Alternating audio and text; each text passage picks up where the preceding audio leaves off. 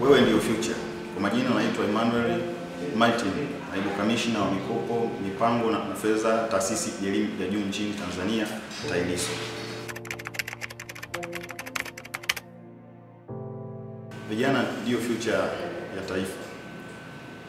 Wanafunzi waliokwisha omba mkopo waendelee kutembelea kwenye akaunti zao za uombaji mkopo ambazo wametumia kuomba mkopo, ili kama kuna marekebisho, kwa mfano peji namba 2 na namba 5 zinapaswa kusainiwa na mamlaka mbalimbali, wahakikishe kwenye kila hatua ambayo amekwisha omba, hakikishe kwenye kila hatua anazingatia kile ambacho anapaswa kuwakilisha bodi ya mikopo, kwa sababu kuna wengine wanakosea kwenye kuomba, anakuja baada ya kwanza kulalamika, kumbe kuna hatua alikosea kwenye uombaji.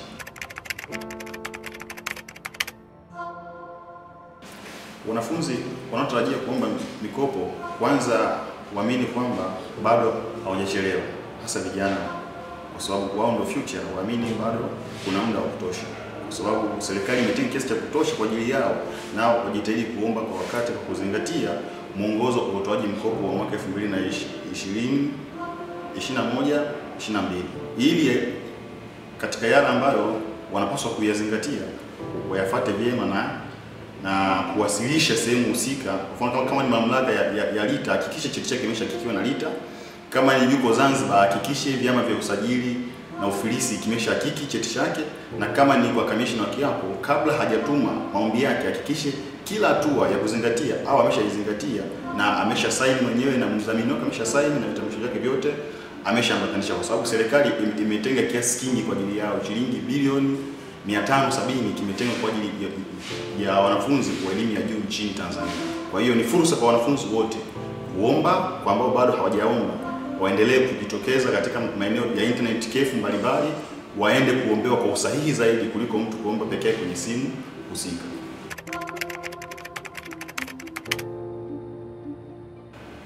Malalamiko mengi kiukweli yapo, kwa hasa kwa waliokwisha kupata mikopo na walishahitimu, na wengine wapo makazini na wengine wapo katika ajira ambayo sio rasmi. Lakini katika hayo baadhi ya malalamiko ni watu tu au wahusika hawafuati utaratibu vizuri wa kimahesabu. Mahesabu ambayo anapaswa kuyaamini, aingie kwenye akaunti yake ya bodi ya mikopo ambayo alitumia kuomba na ambayo yeye mwenyewe mhusika nayo. Asitumie tu kwa mahesabu ya kawaida kwamba anachukua peni mtu bado calculate. Kwa hiyo jinsi akiingia kwenye akaunti yake, hakikishe kwamba kwanza ana password ya kwake na anatumia index number yake ya form 4. Akishaingia kwenye akaunti yake, atabaini deni lake halisi ambalo lilopo katika hiyo akaunti ya mwanafunzi husika, inaitwa SIPA. Kwa hiyo akishaingia kwenye akaunti, atagundua deni lake ambalo anadaiwa na kiasi gani tayari ameshakirejesha na nini bado. Sasa changamoto kubwa ni watu kufanya mahesabu yao binafsi, lakini pia kuna wengine wanashindwa hata kufuata ofisi husika. Kwa mfano, changamoto za kimahesabu kweli zipo, hasa kama mtu akibaini imetokea, mtu asikae kulalamika mtaani, aende kwenye ofisi husika. Kuna ofisi za kanda, kwa mfano Mwanza kuna ofisi ya kanda, Dodoma kuna ofisi ya kanda, Arusha kuna ofisi za kanda. Kwa hiyo mtu aende kwenye ofisi husika kwenda kueleza, aonane na afisa mikopo wa kanda husika, atapata majibu sahihi kuhusu deni lake. Na kama kuna changamoto, basi awasiliane na mamlaka husika ya taasisi ya bodi ya mikopo ya elimu ya juu nchini Tanzania, bodi ya mikopo Dar es Salaam, atapata ufafanuzi wa deni lake lote ambalo bado anahitaji kulirejesha. Lakini pia kwa ambao tayari wanahitaji kurejesha mikopo, kwa maana kwamba tayari mtu kashapatiwa mkopo na kashahitimu, basi tujitahidi kurejesha mikopo tukishapewa hiyo mikopo yetu, ili isaidie kusomesha na vijana wengine wa Kitanzania. Kuna vijana wengi sana nchi hii hawana wazazi, wengine ni yatima, kuna wengine ni walemavu. Kwa hiyo kwa hawa wengine wajitahidi kurejesha kwa wakati mikopo, ili na wengine waweze kusoma, kwa maana kwamba kijana ndio future. Timiza wajibu wako, dai haki yako.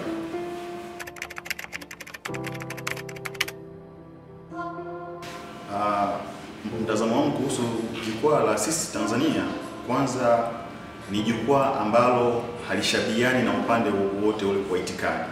Kwa hiyo vijana, tunapokuwa tuna changamoto mbalimbali za kisiasa, aidha za kielimu, za kifedha na kadhalika, au za kiuchumi, tutumie jukwaa hili au majukwaa haya ambayo yanatuunganisha sisi vijana kuwa wamoja na kutujenga na kutufanya tunapojadili hata ajenda zetu, basi tunajadili kwa mlengo mmoja ili kufikia hatima ya maisha yetu. Taifa hili ni la vijana, taifa hili linaandaliwa na vijana wadogo ambao sisi kama ni vijana tunakuwa kuelekea mbele au tunasonga mbele. Basi tutumie jukwaa hili kwa ajili ya kujielimisha, kujiendeleza na kuweza kuibua changamoto mbalimbali, lakini pia kuzipatia majibu. Tuwe positive katika baadhi ya mambo ili kuhakikisha kwamba Tanzania inasonga mbele na vijana tunasonga mbele.